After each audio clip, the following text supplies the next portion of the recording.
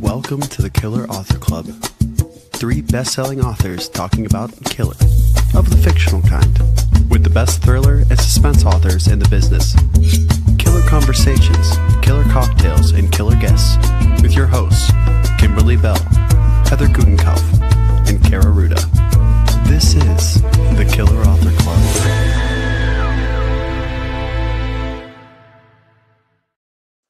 I don't know if I'll survive.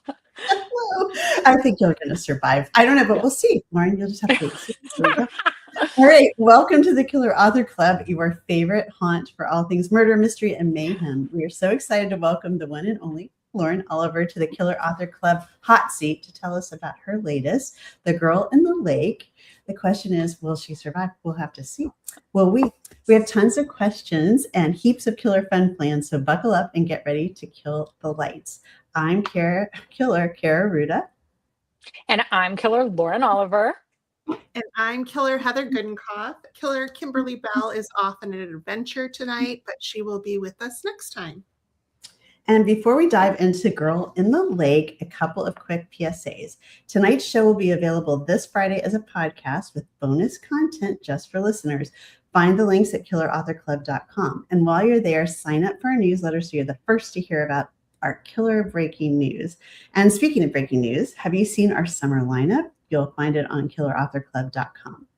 And wait, there's more. Thursday is a huge day in the Killer Author Club. We have 2 authors takeovers planned for you. Killer Tori Eldridge will be commandeering the Facebook group to give you all the behind-the-scenes goodness about Hawaii Rage. And Killer Ray Fry will be spilling the tea about Dear Mother on our Instagram feed. Yes, there will be giveaways, so don't miss out on all the killer fun on Thursday. And now, Heather, would you please introduce our killer guest? I would love to.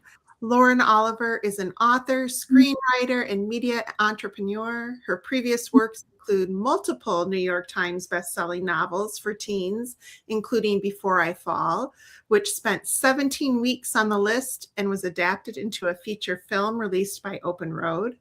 The Delirium trilogy, a 2 million copy selling dystopian series translated into 35 languages, and Panic, which she later adapted into the streaming TV show on Amazon Prime of the same name, for which she wrote every single episode and served as executive producer.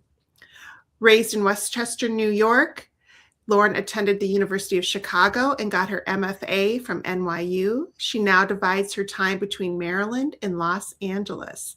And now, Lauren, would you please give us the elevator pitch of what The Girl in the Lake is all about? Absolutely.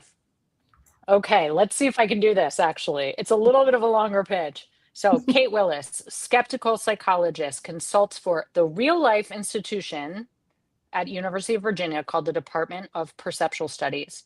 She goes to interview a 6-year-old child who claims to have memories of a past life. And when she arrives there, back in an area that she is familiar with, she soon discovers that despite her incredulity, this 6-year-old child seems to have memories of her childhood friend, Becca, who disappeared the summer they were 14. So good. We loved it. And we have so many questions. So readers, get chatty. Drop your questions into the comments and we will answer as many as we can. But first, Kara, what are we drinking today? Right. Okay. Tonight's drink is the Back 40 mocktail. Lauren, can you tell us why you chose this drink? Okay. So this is the best cocktail in the world. I chose mocktail because I have had so many cocktails in my life. I am now mocktail only. But it's an absolutely delicious cocktail. I actually, it has maple syrup and a little bit of lemon. And again, the real drink is made with bourbon. I make it with non-alcoholic substitute by Ritual. It is a very dangerous drink in that you can have basically any number of them. They're delicious. But yeah, it's the best. And it's particularly good. I mean, it's good for all seasons, but I especially like it when you're curling up with a good mystery. Sounds perfect. Sounds great. Thank you. So cheers and congratulations. Cheers. Great book. We loved it. Cheers. Really great. Yeah. You really like Oh. You don't have my tears. Oh, here's my tears. Okay, there we go. Yeah. We created the Killer Author Club so readers could get up close and personal with their favorite thriller writers. Our upcoming lineup is stacked with amazing killers, including Alex Finley, Jamie Day, Jessica Knoll, Andrea Bartz, and so many more. So for dates, times, past episodes, and our Killer 2026 lineup, search killerauthorclub.com. But tonight, it's all about our very special guest, Lauren Oliver, and The Girl in the Lake. Here's what some of Lauren's early reviewers have to say about the book. New York Times bestselling author Jennifer Niven says, I devoured The Girl in the Lake, which has everything I adore in a book. Relatable characters, thrills and chills, a layered propulsive plot, an enormous heart. It's about secrets, loss, grief, and love, and I still have chills of the very best kind. Stunning. Wow, what a great review. Yeah. And Lauren Toman says, my favorite type of story, part supernatural investigation, part small town mystery, and utterly captivating from the first page to the last. Lauren Oliver seamlessly blends the supernatural with the psychological in a twisted, decade-spanning puzzle that kept me guessing right up until the very end. I devoured this book. So high praise, Lauren. And clearly you are a twisted and devious killer. So the answer to this question, when do you kill? Okay, so what came to me was I kill in a room. I often spend a ton of time pitching in Hollywood, and I'm really, really good in a room. So that's my metaphorical answer to this question. If it was a literal answer to this question, all I can say is that so my father is actually he studies serial killers. So my dad is a true crime writer, a true crime historian and novelist. So I have grown up thinking about and knowing about murder since well beyond what my psychologist in my teenage years thought was appropriate. And we have discussed, it was normal family dinner talk to discuss the best way and place to dispose of a body. I'm not kidding. That was a normal thing that we did. So I've spent a lot of time on this. Recently, I have been very interested in the fact that antifreeze is a very, very,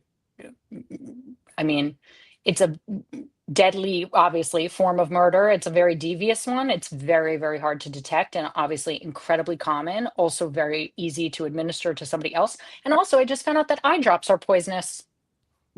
Yeah, I have a book that is that. Yeah, it's so fun, right? I know it's just the whole like you got the Visine bottle. It's really innocuous. Just 7 drops really will do it. 7 drops. That's insane, and also crazy that they just sell it anywhere. Right, and because but also you can also, in my experience, fictionally speaking, you can also just use a few less drops to keep somebody under control. Feeling bad, just Yeah. Wow. Yeah. This is a scary place. It is. I know. Welcome to the Killer Author Club. It's just it's your childhood coming back. It is my childhood coming in all of its glory and terror. Yeah. Oh my gosh. Okay. So the premise of this book is irresistible. A child remembering a past life tied to a real disappearance. What was the very first spark for this story? Like, how did it come about?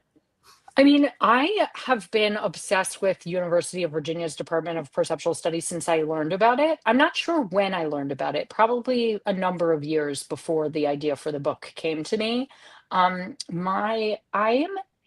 on the one hand, I am interested in the supernatural, but I'm particularly interested in the places where kind of the supernatural or the things we can't define and understand really intersects with the psychological. And there's a lot of places that it intersects there. And my sister actually is a consciousness researcher. So that kind of answering questions about consciousness, looking at all of the edge cases, let's call them, where our model of what consciousness is, which is in the West still a model that it basically is just neurons firing, has always been really deeply interesting to me. So somehow I stumbled upon the University of Virginia's Department of Perceptual Studies, and I like could not believe that people get to do this for a job. In fact, that is my backup career. I will be applying. I would love to work there. That department or division is like one of the only accredited real science, universities that does academic research about all of these very strange phenomenon that the rest of the kind of material scientific establishment ignores, such as they're not called near-death experiences, they're called recalled experiences of death and past life memories. So that's where the first spark came in, digging in deep to this massive study they did of kids who recalled past life experiences from around the world. Can you share, was there one that you came across or a situation that really stuck with you that you're like, wow, this is unbelievable? But yeah, there's so many. There are so many. So this one isn't from the study itself. This is a famous one. Her name was Dorothy Eady, who as a child began telling her parents that she was from Egypt, ancient Egypt. And what was interesting about the Dorothy Eady case was she ultimately ended up, I don't remember if she moved there back to Egypt or she just became an archaeologist, but somehow decades later, after she'd claimed this, she'd been in fact extremely distressed about not still being in ancient Egypt. She was at an archaeological dig where they were excavating I don't know, I think it was a 6,000-year-old temple. And Dorothy Eady was able to identify and point out to people completely hidden gardens, rooms, and passageways that nobody had stepped foot in 6,000 years. She just knew where the location was.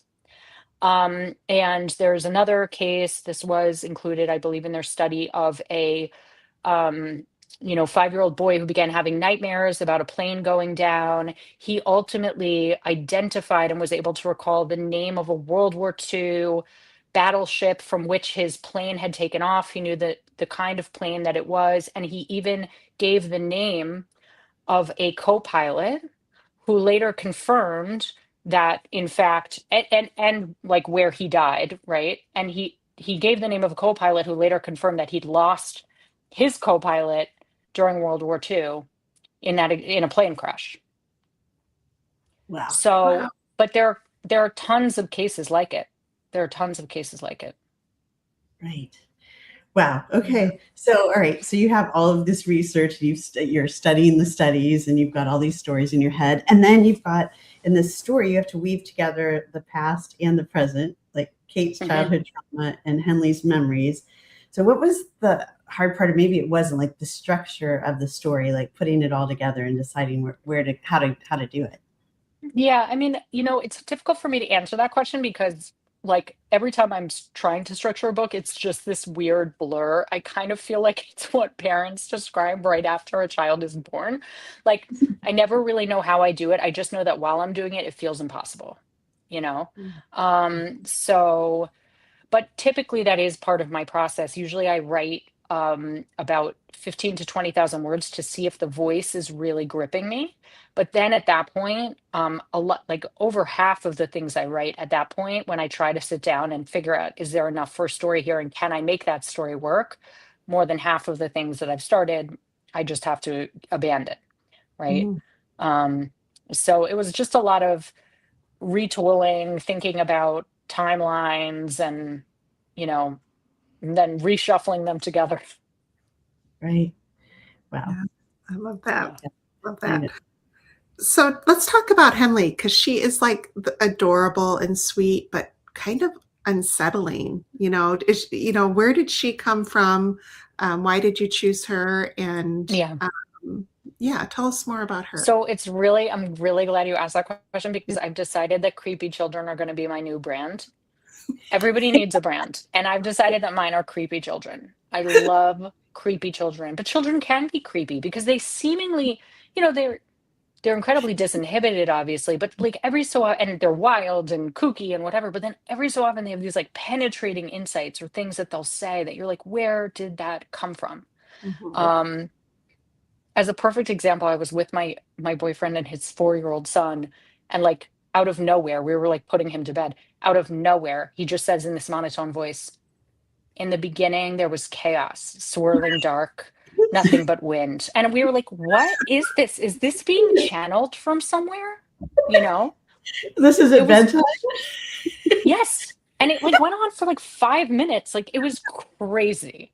So I think, Hmm. you know, I don't know. I mean, to a certain extent, I guess I hold a kind of belief that kids, because they are so much of their executive function is not developed yet, like they don't have those part of their brains, their intuition and their thank you for that validation. Creepy children, Lauren Oliver, creepy children. But Exactly. We're all there for it. there's other parts of their their sensitivities and things like that that are beyond what adults can experience. And just one glance at Reddit will convince you that this is true, because there are so many stories of children seeing and interacting with ghosts, and it's wild. So I don't know exactly where Henley specifically came from, but again, I really do love creepy children. And by the way, I love creepy teens too. Like it's really all the way until they turn 18. Right. So yeah, that's because you did young adult before this, which was Yeah. with creepy teens, right? Yeah. Yeah. And my next book has a creepy teenager in it. So yeah. Oh, good. Okay, so Yeah. really, I think your theory is like all children are creepy, and then they Yeah. continue to be They have creepy. all children have the capacity to be creepy. And Okay. don't tell me that teenagers, like insolent teenagers, cannot be super unsettling, because they can. Yeah, they're completely Yeah. creepy. I would tell you that. Yeah. Like I have I have a grandson now who's like 5 months, and I'm trying to think, has he exhibited anything creepy yet? Any Not creep? yet. Yeah. No, not yet. He isn't Yeah. early either, so that might mean Yeah. something. I'm not sure. Yeah. I Yeah. don't know. You never know. It's Gonna watch latent. It's a latent potential. Yeah. It is because he can't talk yet, but maybe when he does, Yeah. he'll do something creepy. I'll let you know. Okay. Okay, So please. this setting also feels alive in addition, and oppressive, and kind of Yeah. the whole lake thing. I mean, do you think of the lake itself as a character? I did, and actually I was living in that area while I was writing the book.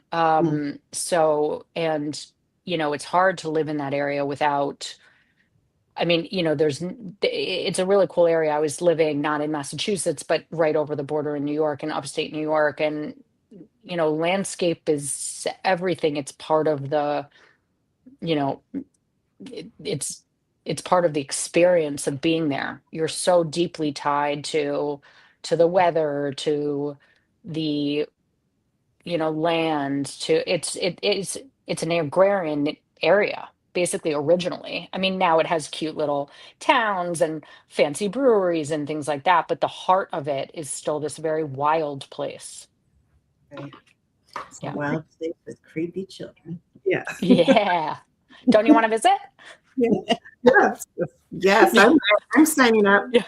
So you did write for YA books in the past, and so what made you decide to come over to adult suspense? What made you Yeah. Bridge that Yeah. divide there? Well, I took a long break from writing, which was partially voluntary and then partially because I really didn't know what I wanted to write next, but it was changing, right? I did, I think, 19 or 20 books for YA and for middle grade. And you can see in my last book, which I like to joke, but it's not really a joke, which everyone hated. But my last book, What Happened to Lucy Vale, really which is a deeply flawed book. I mean, I'm very proud of it, but it is flawed. But it really shows that tension of somebody in transition, like between, so a lot of the character, a lot of one of the POV characters is actually a collective we, that is the voice of an entire adolescent Discord group. But then there's also this mother character who's a POV character. And that book took me, it almost broke me. It took me 4 years. And I think, honestly, I think it also coincided with when I got sober. There was a ton of very adult transitions that happened in my life. I got divorced, I was getting sober, I got breast cancer, and I think I was ready to channel some of that. And of course, I used my own sobriety journey in Kate's story as well. Mhm. So I think honestly, it was just to some extent, what I was ready for. Now, as for adult suspense and thriller, I really when I really didn't know what I would write or whether I had a writing career in the future, I just ultimately, it sounds so silly, but I was like, what do I love to read? Like what do I love to read?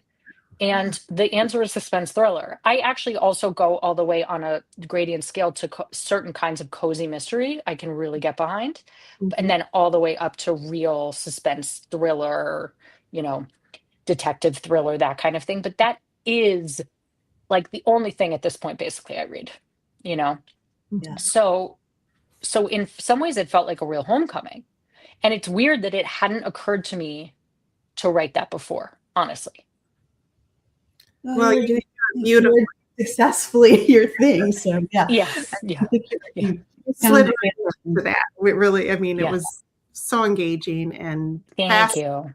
and brave. And I think that, you talk a little bit about like your journey is a very Yeah, brave journey, but that really yeah. comes through in Thanks. your story as well. And as an Ah, author, fellow author, I'm like, the chances you took, like when you talk about the collective we, I think that's brilliant. yeah. It's brilliant. Thank you. And, Thank and you. then the past life thing. I think that's such a very cool way to explore. Oh, thank you. So Thank it's you. inspiring me to try something different maybe next time. Yeah. Amazing. And I'll be there to cheer it on and gobble it up and pre-order it. Yeah. Thank Aw, you. Yeah. that's what's great about this community. It really is so Yeah. supportive and It such great is. people. It's awesome. Okay, I have a rapid fire section for you. Oh no, I'm so scared. Okay. I don't even know if these make sense. Okay. Past life or deja vu. Have you ever experienced something you couldn't explain? I've experienced so many things that I can't explain. Um, do I have to answer either past life or deja? Oh, do I think it's either past life or deja vu? Um, I think deja vu is past life, you know? Yeah. Okay. That okay. Lake house or city apartment for writing your next thriller? Lake house for sure. Yeah. Okay, awesome. One word to describe the girl in the lake. All that came to me was eerie, but there's probably captivating. Yeah. Creepy. How about that? Creepy. Yeah. Yeah, creepy children. That's too weird. Yeah. Okay. Yeah. All right. And after spending so much time inside this story, do you believe Henley? Oh, I fully believe Henley. Yeah. Yeah. I Yeah. tried to balance it so that you Mhm. wouldn't have to, but I Right. fully believe Henley. I mean, what I really believe, because I saw this, somebody was talking about this. What I really believe is we don't know anything. Like, I really believe that we know so little. And a lot of what we know is largely due to wherever our instrumentation is at the time, right? Yeah. So, yeah, And a lot of what we know, maybe as a child, we forget as we grow up, right? 100%. Absolutely. Yeah, exactly. I'm going to watch my grandkid like crazy. Yeah. No, but actually that I do want to say that. I mean, in many ways, it's like what children know, science is now only just coming around to like children are like all children know that the whole world is conscious. They all know. They talk to everything, they talk to plants, they know that everything is not only alive but has some kind of awareness. They may take it overboard from what it is, but now science is like, oh, maybe consciousness is a gradient and every plant is alive in or conscious in some way. And kids Mhm. would be like, yeah, of course, Right. Right. like, yeah, Yeah, yeah. exactly. Well, and with no spoilers, the ending of the book kind of made us think that maybe we'd meet Kate again in a future book, maybe. Yeah, so actually you do, but the sequel is a little bit, um, I chose to go again in a different direction. Yeah. So Kate is a character in the book, but she's a side character in the sequel. The Hmm. sequel has another main character who is actually a defense attorney for, and I did that because I also felt what worked in The Girl in the Lake is that the case, obviously, that Kate was investigating also had deep personal ramifications for her.